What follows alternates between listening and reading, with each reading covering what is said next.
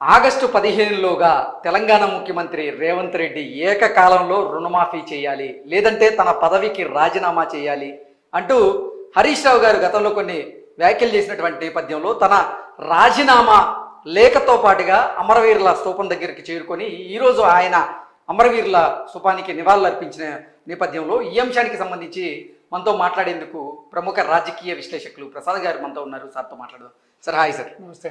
Sir, Congress party అధికారంలోకి వచ్చిన తర్వాత రుణమాఫీ చేస్తా ఉంది, కానీ మాట తప్పింది. 6 గ్యారెంటీలను అమలు చేస్తా ఉంది, మాట తప్పింది.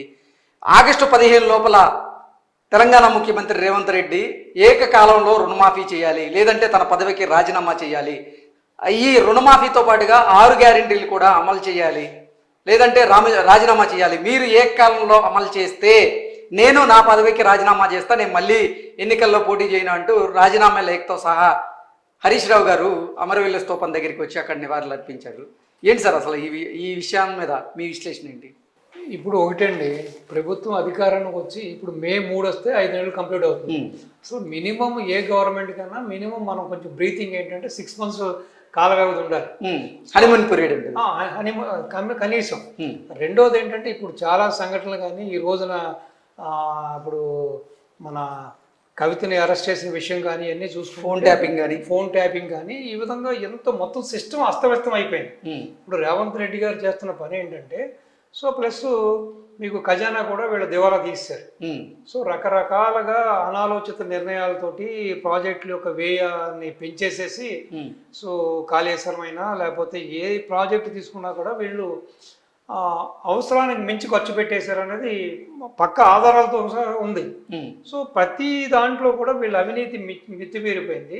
సో మొన్నటి వరకు సాధారణ జీవితం గడిపే వీళ్ళు ఎక్కడో అమెరికాలో చిన్న ఉద్యోగం చేసుకునే కేటీఆర్ కానీ, చిన్న బ్యూటీ పార్లర్ పెట్టుకుని వ్యాపారం చేసుకునే కవిత కానీ, సో ఎటువంటి వ్యాపారాలు లేని హరీష్ రావు కానీ, లేకపోతే కనీసం కాళ్ళకి మంచి షూ చెప్పలు కూడా వేసుకునే యోగ్యత లేని సంతోషరావు కానీ ఈ రోజున ఈ భవంతులు, ఈ ఆస్తులు, ఈ 1000 కోట్లు 1000 ఎకరాలు ఎక్కడి నుంచి వచ్చినాయి అన్నదానికి పూర్తిగా ఏదైతే చంద్రబాబు నాయుడు గారు అనే వ్యక్తి అక్కడ సంపదను పెంచారో, సంపద సృష్టించారో దాన్ని పూర్తిగా వీళ్ళు నిర్వీర్యం చేసేసి పూర్తిగా వీళ్ళు పాడు చేసేసారన్నది. ఇప్పుడు మిగులు బడ్జెట్లో ఉండి ఎంతో సేఫ్ జోన్లో ఉన్న గవర్నమెంట్ ఈ రోజున అప్పుల పాలైపోయిందంటే కేవలం వీళ్ళ అనాలోచిత నిర్ణయాలు, మితిమీరిన దోపిడీ. సో ప్రతిదీ కూడా ప్రస్ఫుటంగా కళ్ళకు కనపడుతుంది. రేవంత్ రెడ్డి గారు కూడా పదే చెబుతున్నాడు, మొత్తం దివాలా అయిపోయింది, మళ్ళీ రిస్టోర్ చేయాలి. సో మళ్ళీ మేము స్క్రాచ్ నుంచి దీన్ని అంతా చేసుకుంటూ వస్తాం, మేము చెయ్యమని అంటా, but we need a time. So August 15 లోపల మేము డెఫినెట్గా చేస్తాము. ఈ లోపల ఎన్ని చేస్తున్నారు. సో దానికి తగ్గ ఎంక్వైరీలు మొదలైనవి. సో ఇవాళ చూస్తే కూడా ఆయన ఒక పినాకిని పేరేదో ఉంది, చీఫ్ రిటైర్డ్ జడ్జి గారితో ఈ కాళేశ్వరం ప్రాజెక్టుల మీద, నీటి ప్రాజెక్టుల మీద కూడా ఆల్రెడీ ఎంక్వైరీ కూడా మొదలైంది. సో అట్లీస్ట్ వీళ్ళకంత దుగ్ధ ఏంటంటాను నేను. ఇప్పుడు మొన్నటి వరకు మీరు 10 ఏళ్ళు ఈ విధంగానే వ్యవహరించారా, ఈ విధంగానే రాజీనామాలు చేశారా? మరి ఆ రోజున కూడా ఎన్నో ఆరోపణలు, మీ మీద ఎన్నో కంప్లైంట్స్ వచ్చినప్పుడు కూడా మీరు రాజీనామాలు చేశారా? సో మీరు కూడా చేస్తాన్న పనులన్నీ చేశారా? మీరు ఎంప్లాయ్మెంట్ ఏమైనా చేయగలిగారా? సో కనీసము ఎగ్జామ్స్ కూడా సరిగ్గా నిర్వహించలేకపోయారు కదా వీళ్ళు. చూసారు కదా ఎంతమంది అమాయకులు బలి అయిపోయారు కదా. పేపర్లు లీక్ చేసేసి పేపర్లు వీళ్ళకి సంబంధించిన వ్యక్తులే పేపర్లు అమ్ముకుని ఎంతో మంది జీవితాలతో వీళ్ళు నాశనం చేశారు, బలిపశువులు చేశారు. నేనేమంటానంటే కాస్త టైం ఇవ్వండి. ఇప్పుడు ప్రజలు ఏదైతే తీర్పిస్తారో అది అల్టిమేట్గా అది ఇంపార్టెంట్. సో రేపు నిజంగానే ఈ కాంగ్రెస్ గవర్నమెంట్ రేవంత్ రెడ్డి గారి సారథ్యంలో సరిగ్గా చేయకపోతే సో డెఫినెట్గా ప్రజలే కదా దానికి. ఇప్పుడు మీరు 10 ఏళ్ళు బట్టి మీ యొక్క విపరీతమైన దోపిడీ, విపరీతమైన కరప్షను, మీ యొక్క అవకతవకలు, మీ యొక్క దొరపూరిత అహంకారం భావాన్ని కదా ప్రజలు మిమ్మల్ని పక్కన పెట్టారు. సో సపోజ్ మీరు చెప్పినట్టుగా నిజంగానే ఆయన చెప్పిన హామీల్ని చెయ్యలేదు, నిర్వర్తించలేదు అంటే కూడా సో రేపొద్దున డెఫినెట్గా ఆ ప్రజలే కదా ఇప్పుడు మిమ్మల్ని ఎలా శిక్షించారు, ప్రజలు కాస్త పేషెన్సీగా ఉండాలి కదా. ఇప్పుడు అంటే ఆగస్టు 15లోగా ఏకకాలంలో ఈ రుణమాఫీ చేయాలి, లేదంటే మీరు మీ పదవికి రాజీనామా చేయాలి, నేను మీరు గనక ఏకకాలంలో చేస్తే నా పదవికి నేను రాజీనామా చేస్తా అంటూ రాజీనామా లేఖతో ఈరోజు ఆయన గన్ పార్క్ దగ్గరికి వెళ్ళడం జరిగింది. అలాగే నేను రాజీనామా లేఖతో సహా వచ్చాను, మీరు కూడా మీరు రండి రాజీనామా లేఖను తీసుకొని ఇక్కడికి. మీరు రాలేకపోతే మీ పిఏ గారినో లేకపోతే మీ స్టాఫ్నో ఎవరో ఒకరిని పంపించి మీ లేఖను ఇక్కడికి పంపించండి, మా మీడియా ప్రతినిధులకే ఇద్దాం ఆ లేఖని అంటూ కూడా ఆయన డిమాండ్ చేయడం జరిగింది, సవాల్ విసరడం జరిగింది. ఇప్పుడు కనీసం వీళ్ళ బంధువర్గం, వీళ్ళకి సంబంధించిన వీళ్ళ అనుమాయులు, వీళ్ళందరూ దోపిడీ చేసిన వీళ్ళ మంత్రులు, వీళ్ళ ఎమ్మెల్యేలు దోపిడీ చేసిన అంతా కూడా తీసుకొచ్చి స్వచ్ఛందంగా అప్పచెప్పమనండి. 48 hours లో చేసేస్తాడు ఆయన. ఏది వీళ్ళ చేసింది లక్షల కోట్లు. మీకు లక్షల కోట్లు వీళ్ళ దొయ్యకపోతే ఇక్కడి నుంచి మమతా బెనర్జీకి ఫండింగ్ చేస్తారా, ఇక్కడి నుంచి కర్ణాటకకి ఫండింగ్ చేస్తారా, ఇక్కడి నుంచి తమిళనాడు ఫండింగ్ చేస్తారా, ఇక్కడి నుంచి మహారాష్ట్రకి ఫండింగ్ చేస్తారా, ఇక్కడి నుంచి జగన్మోహన్ రెడ్డికి ఫండింగ్ చేస్తారా? జగన్మోహన్ రెడ్డికే 3,000 కోట్లు 5,000 కోట్లు ఈయన ఇచ్చినట్టుగా జగన్మోహన్ రెడ్డి మనుషులే చెబుతారు. జగన్మోహన్ రెడ్డి స్వయంగా చాలా మంది దగ్గర చెప్పాడు. సో ఇంత డబ్బు ఇంత దుర్వినియోగం చేశారు కదా, అంతా తీసుకొచ్చి స్వచ్ఛందంగా నిజంగా వీళ్ళకి ఇంత ప్రేమ ఉంటే తెలంగాణ యొక్క ప్రజల మీద, ఇంత సమాజం మీద వీళ్ళకి నిజంగానే ప్రేమ ఉంటే, సో స్వచ్ఛందంగా వీళ్ళకి మనస్సాక్షి ఉంటే చేసిన దోపిడీని అంతా తీసుకొచ్చి ఆయన కాళ్ళ దగ్గర పెట్టమనండి. ఇప్పుడు జిహెచ్ఎంసీలో మొన్న ఒక ఉద్యోగి, బాలకృష్ణ అనే ఉద్యోగి దొరికాడు. ఒక్క ఉద్యోగి దగ్గరే కొన్ని 100 కోట్ల ఆస్తులు దొరికింది, 1,000 కోట్లు, కొన్ని 100 కోట్లు క్యాష్ దొరికింది.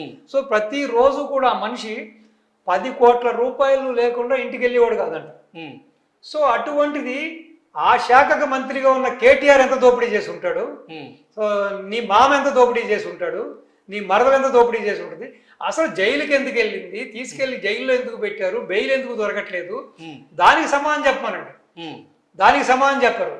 నిన్నగాక మనం ఇప్పుడు ఒక విధంగా చెప్పాలంటే Revanth Reddy government baby running bear foot, ఇంకా ఒడివడి నడకలతోనే నడుస్తుంది.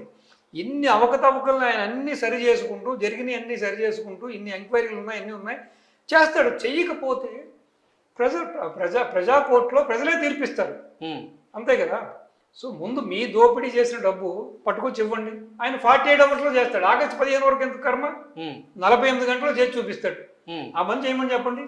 ఓకే, 6 గ్యారెంటీలు కూడా ఇప్పటి వరకు పూర్తిగా అమలు కాలేదు అంటూ కూడా కొన్ని ఆరోపణలు చేస్తున్నారు. ఏంటి సార్ ఎలా చూడండి? 6 గ్యారెంటీల్లో కూడా మెజారిటీ చాలా వరకు చేస్తున్నారు కదా సార్. ఆ ఫ్రీ బస్సెస్ అని ఇవన్నీ ఇప్పుడు గ్యాస్ సిలిండర్స్ అని. సో మాక్సిమం ఇప్పుడు 1 by 1 స్ట్రీమ్ లైన్ చేసుకుంటూ వస్తున్నారు కదా.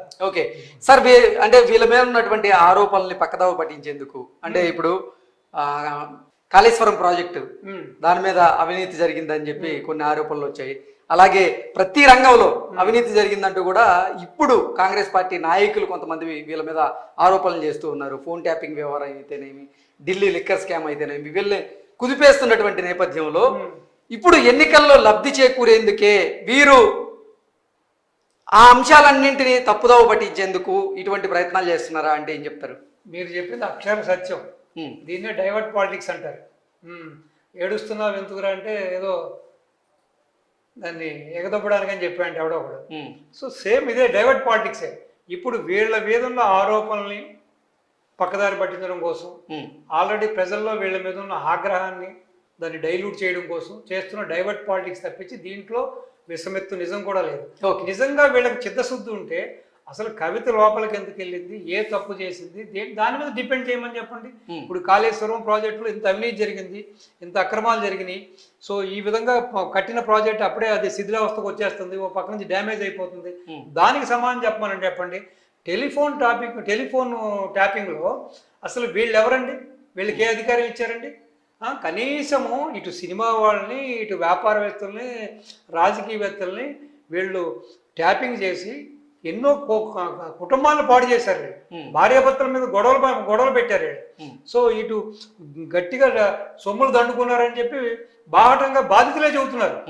ఈ విధంగా మమ్మల్ని బ్లాక్మెయిల్ చేసి మా పర్సనల్ అంతా కూడా విని మాకు సంబంధించిన కాల్స్ అన్ని కూడా వీళ్ళు చేసి ట్యాప్ చేసి, సో రకరకాలుగా మా దగ్గర నుంచి బిల్డర్స్, రకరకాల వ్యాపారవేత్తలు, రకరకాల సెలబ్రిటీస్, ఇలాగ ఏదో ఈ డ్రగ్స్ కేసులో ఆరోపణలు ఎదుర్కొన్న కొంతమంది హీరోలు, కొంతమంది సినిమా ప్రముఖులను కూడా వీళ్ళు వాళ్ళ యొక్క పర్సనల్ కాల్స్ అన్ని విని కోట్ల రూపాయలు దండుకున్నారు.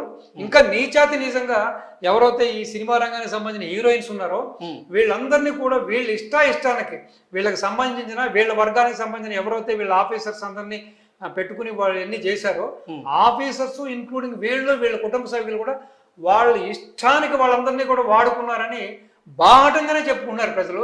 బాహటంగా బాధలే చెప్పుకుంటున్నారు. సో వాటికి సమాధానం చెప్పండి. అంతేగాని నువ్వు రాజీనామా చేయండి. మీరు చేశారా?